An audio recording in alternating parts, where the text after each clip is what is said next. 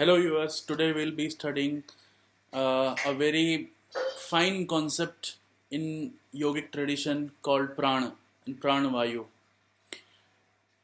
We'll study how this pranavayu is situated inside the body, how the pranavayu operates through its five generals, its five sub-pranas inside the body. And we see the astrological connection between prana and the seat of prana in the kundali in the form of pranapada lagna, and what in general to make out of pranapada lagna in a kundali when it is situated in a certain rashi or certain navanshpada. And we'll discuss how we can identify which of these panch prana is afflicted in your kundali and how we can do the remedy based on mudra. So stay tuned. Okay, in Sanskrit, pra means constant, na means movement. So prana means something in constant motion, like a vayu. Vayu is in constant motion. It moves the all other elements throughout the body or throughout the universe, throughout the Brahmand. So it is the Vayu that causes the movement. And inside the body, prana is the main element that causes movement of various tattvas. So that is why prana is said to be the prime factor that is in the that is prana is often understood in relation to the physical body and health and wellness through the chakras.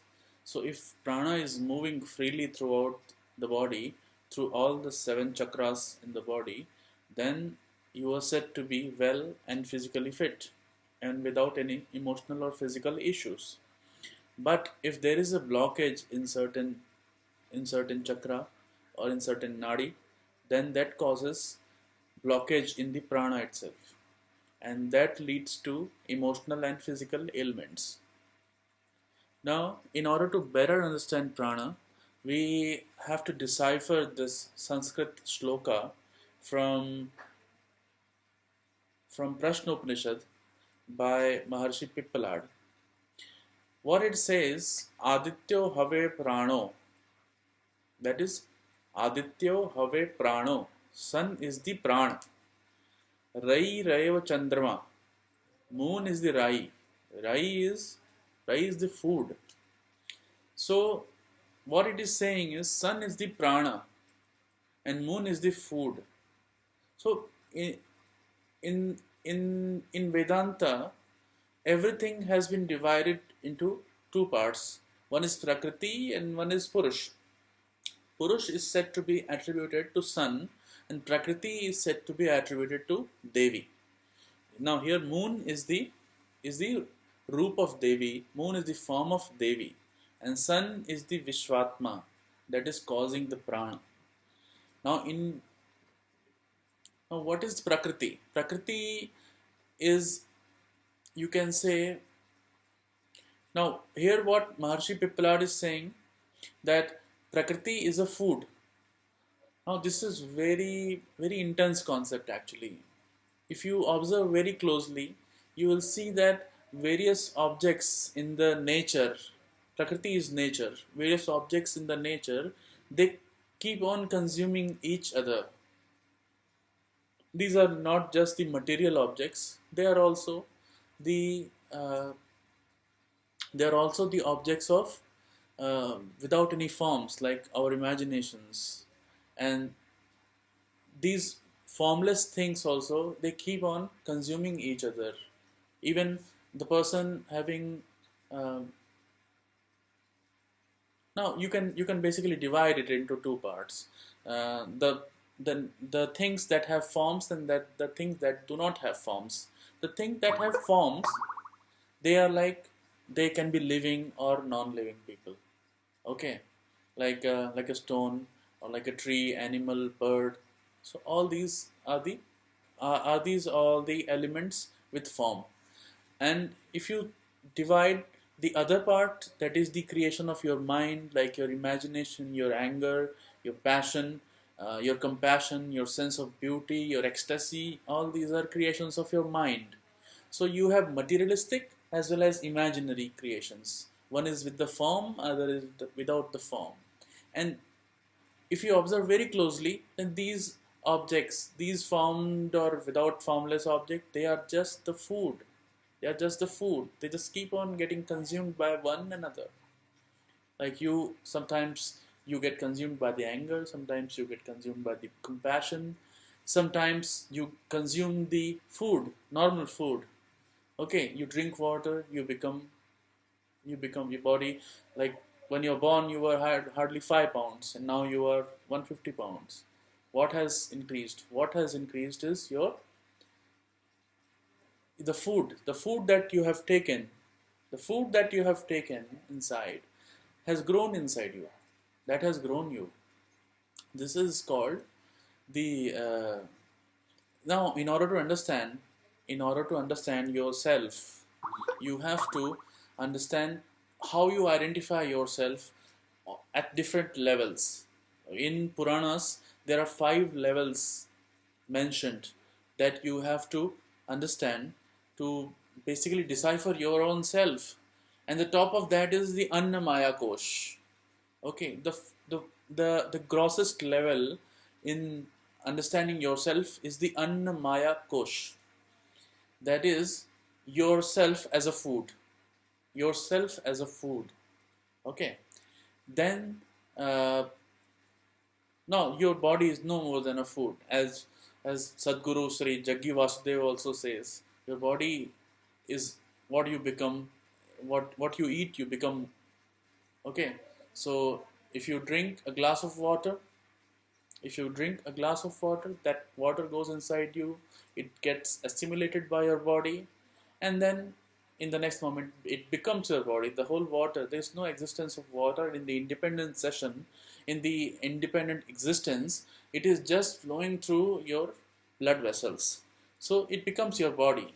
Likewise, you take some food, that food get digested, it get assimilated by your stomach and intestine, and it goes inside your body, it becomes muscle, it becomes various dhatus inside your body, and then it becomes your body. You have that's how you have increased from 5 pounds to 150 pounds.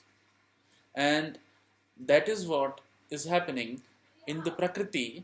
You're consuming Prakriti at the grossest level and increasing your Annamaya Kosh. You're identifying yourself with that. That is the grossest level. Then the next level is the pranic level. That is called Pranamaya Kosh. Now Pranamaya Kosh is the you can say the grossest, you can say the movement of prana inside you. Okay, that causes you to perceive something from outside, that causes you to perceive the external stimulus, as well as the movement inside your body of various tattvas. The movement of pranic energy inside your body constitutes a pranamaya kosh. For example, if you touch a hot metal, you suddenly uh, you feel the heat, and suddenly you take away your hands. Why? Because suddenly you feel that touch of that hot metal. So so the way the Annamaya Kosh, the grossest body, the gross body of yours touches, feels the stimulus, you immediately take away your hand. And and that feeling of heat, that feeling of electricity, that feeling of weight or pressure from your skin, it gets transmitted all the way to your brain. That movement of that transmission of stimulus inside your body, that is caused by the pranamaya kosh. Then the third part is how you feel after that. That is called manomaya kosh. How your how you actually feel after that. Like when you touch the hot metal, you suddenly feel very shocked and you snatch your hand. And if you similarly in some good situation, like somebody sends you flower, you becomes very happy. So your man becomes happy. You are at the level of your man. So the third subtle level, on the level of subtleness, is your man. That is called manomaya kosh. You feel happy, you feel angry, you feel you feel uh, you feel devastated, you feel sad, and you feel like suiciding. All this happens at the level of man. That is the level of your mind. That constitutes manomaya kosh. After that is the vigyan maya kosh. That is to to understand the reality behind uh, each expression of mind, each feeling that mind goes through. You you have to have that level of vigyan, that level of intelligence inside you. That is the vigyan maya kosh. For example, if you go to doctor and doctor gives you an injection, for the time being you feel the pain, but that pain is at the manomaya level.